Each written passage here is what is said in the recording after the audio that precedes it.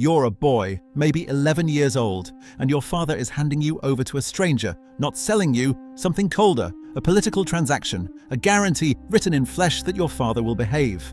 The Sultan's men take you and your younger brother Radu by horseback, out of the green hills of Transylvania, past the last church spire you'll see for years, into a world that speaks a language you don't know, prays to a god you weren't raised with, and rewards obedience with silk, and punishes disobedience with something you can't unsee. You don't know it yet, but you're being raised inside the machine that will one day make you the most feared man in Europe. Your name is Vlad. Your father calls you Dracula, son of the dragon. History will call you something else. Here's what nobody tells you about becoming the Impaler. The Ottoman court is beautiful, and that's the first thing that unsettles you. You expected a prison. Instead, you get marble floors, fountains that never stop singing, tutors who correct your posture before they correct your grammar. Sultan Mehmed II doesn't lay a hand on you. He doesn't have to. You're a leash with a boy's face, and everyone in the palace knows it, including you. Radu adapts fast. Too fast, you sometimes think, watching your younger brother laugh at a joke told in Turkish, watching him bow a half-second smoother than you do. Radu smiles like it costs him nothing. You smile like you're doing arithmetic behind your teeth. At night, in the room you share, Radu whispers about the falconry lessons and the officer who let him hold a real sword. You lie on your back and think about Wallachia, about your father, Vlad II, wearing the emblem of the Order of the Dragon. Dracula, son of the dragon, Dracula. You repeat it under your breath like a rosary that isn't allowed to be a rosary anymore. Not here. Your tutors teach you Ottoman customs, the Quran, Turkish and Arabic, horsemanship, statecraft. But it's the punishments that carve themselves into you. You watch what a stake does to a man, and how long it takes, and how the guards discuss it the way your father's men back home discussed crop yields. Nobody explains it to you as horror. It's simply presented as order, as consequence, as the price of stepping out of line in an empire that doesn't forgive twice. You tell yourself you're only watching. You tell yourself you'll never need it. Years pass this way, half guessed, half collateral, homesickness curdling slowly into something harder, something with edges. You're Vlad, son of Dracula, and your property with good manners and a very long memory. Then word arrives, carried by a messenger whose face you'll remember for the rest of your life. Wallachian boyars, the nobles your father needed and never fully trusted, have turned. Your father, Vlad II, is dead. Your elder brother, Mircea, is dead too, some say buried alive by the men who caught him, though even you, hearing it secondhand in a foreign palace, can't be sure which parts are true and which are the kind of thing men add later to make a horror feel complete. What you know for certain is enough. Your father is gone, your brother is gone, and the men who did it are boyars, the same class of noblemen who'll one day kneel at your table and call you their prince. You're released not out of mercy, but out of usefulness. The Ottomans back you as their candidate for the Wallachian throne, and for a few months you sit in your father's seat. A teenage prince propped up by the empire that raised you, hated by the nobles who see straight through the arrangement. It doesn't last. You're pushed out almost as fast as you're put in. You spend the seasons that follow rebuilding yourself in exile, watching your cousin Vladislav sit on the throne that should be yours, gathering allies, gathering patience, gathering the particular kind of fury that only grows colder the longer it waits. When you finally return in 1456, you don't come back as the frightened boy who left in a hostage's carriage. You meet Vladislav in single combat, blade to blade, and when it's done, the throne is yours and there's no one left to dispute it with words. But taking the throne and holding it, you already understand, are two very different wars. You remember Easter with a clarity that never dulls. You invite them all, the Boyar families dressed in their finest, the ones who conspired against your father, the ones who murdered him, the ones who buried your brother without ceremony. You set a table at Terrorized worthy of celebration, and you watch them eat and drink and preen, secure in the belief that a young prince wants their friendship. You let the feast run long. You let them get comfortable. Then you close the doors on comfort entirely. Your soldiers move through the hall. The boyars who are old and weak you have executed where they stand.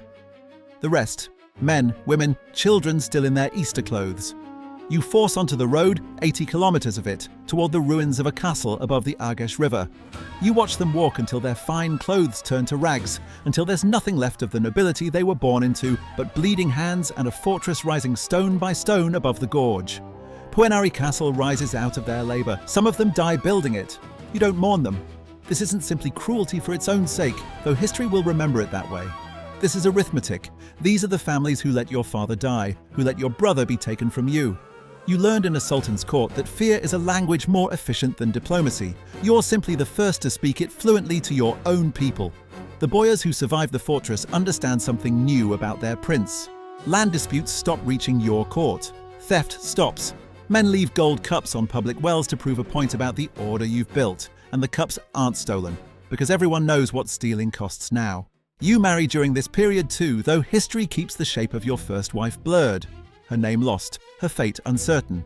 For a time you have a home, a fortress on a cliff, a family, a kind of peace built entirely out of terror, which is the only kind of peace you've ever been taught how to build. It doesn't last. By 1461, you've stopped paying the Ottomans their tax. Your treasury is drained, and you can't leave Wallachia to kneel before Sultan Mehmed II without risking Hungary swallowing your lands the moment your back is turned. But underneath the practical reasoning is something raw. You spent your childhood as collateral for a debt you never agreed to. You're done paying it. Before that war fully arrives, you cross the Danube yourself in the dead of winter, burning through Ottoman-held territory. And when it's done, you write to Corvinus with a number. Tens of thousands dead by your soldiers' hands. Whether every soul in that count is real or inflated for effect, the message underneath isn't exaggerated. You're not a hostage anymore. Mehmed answers by marching into Wallachia himself with a summer army too large to meet in open field. So you make the land itself a weapon. Wells poisoned, villages emptied, crops burned behind you as you retreat, feeding nothing to an army that grows hungrier with every mile. Then comes the night of June 17, 1462. You take your riders deep into Mehmed's camp under cover of darkness, hunting for the Sultan's own tent. The boy who once watched impalements from a palace window, now leading chaos into the empire that shaped him. You cut through canvas and men and firelight, close enough to almost taste an ending to all of this. You don't find Mehmed.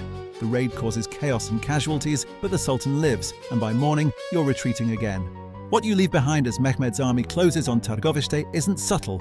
Thousands of stakes, thousands of bodies, the collected proof of what happens to men who march into your country. When Mehmed's soldiers reach the field, something breaks in their nerve that no cavalry charge ever could. For one single morning, you're the thing that makes Constantinople's conqueror flinch. It isn't enough to win the war. Mehmed regroups, and he has a weapon you can't out-terrify. Your own brother. Radu, raised beside you, now fully the Sultan's man, rides in with Ottoman backing to take the throne. Boyars who fear you more than they fear the Turks slip toward his banner, and you're running again, toward the ally you think still owes you loyalty. Matthias Corvinus doesn't open his gates to a brother in arms, he opens them to a prisoner. You spend years inside Hungarian custody, converting from the Orthodox faith of your childhood to Catholicism, a political skin worn because it's the price of rehabilitation. You marry again, start a second family inside the walls of your captivity. Word reaches you that Radu has died. Whatever you feel, you keep it to yourself. Grief and relief tangled too tightly to separate, the way only a brother's death can tangle them. It's Stephen of Moldavia who helps pry you loose at last, and Corvinus, needing a blade he trusts, backs your return to Wallachia's throne, one final time in 1476. You're older now, greyer, but when they set the crown back on your head, something in you feels less like triumph and more like a debt collector arriving at last, to collect on a life that was taken from you before you were old enough to understand what was being taken. Winter comes again, the same season that shaped every hinge point of your life. Near Snagov, your forces meet an Ottoman patrol, or perhaps something closer, messier, more confused than a clean battlefield. A blade, a crowd, your own men, or the enemy's, or some tangle of both that no chronicler will ever fully untangle. What's certain is that you don't walk away from it. Your head, they say, is sent across the water to Constantinople, preserved and displayed for the Sultan, who once let a boy watch impalements from a palace window and never imagined that boy would become the reason his own soldiers flinched in a forest of stakes. 600 years later, they'll call you a monster in some tellings and a national hero in others, and both of those things will be true at the same time. The way only the most complicated men in history manage to be, they'll take your father's title, Dracula, son of the dragon, and hand it to a novelist half a world away and centuries removed, who'll turn you into something with fangs and no reflection, something that drinks blood in the dark instead of spilling it in daylight for reasons you considered, in your own time, to be perfectly rational. You were never a vampire. You were something scarier than that, in the way that only history's real monsters ever are. A boy who was handed over as collateral before he understood what collateral meant, who learned fear as a second language in a foreign court, and who came home and spoke it fluently to everyone who'd ever wronged him. You gave your name to fiction, but the forest outside Targoviste was real. The fortress above the Argesh was real. The boy who once lay awake listening to his brother learn to laugh in Turkish, he was real too, long before he became the Impaler. There are a lot more crowns in this world worth wearing for an episode, a lot more thrones worth sitting on just long enough to feel their weight. Subscribe, because we're just getting started.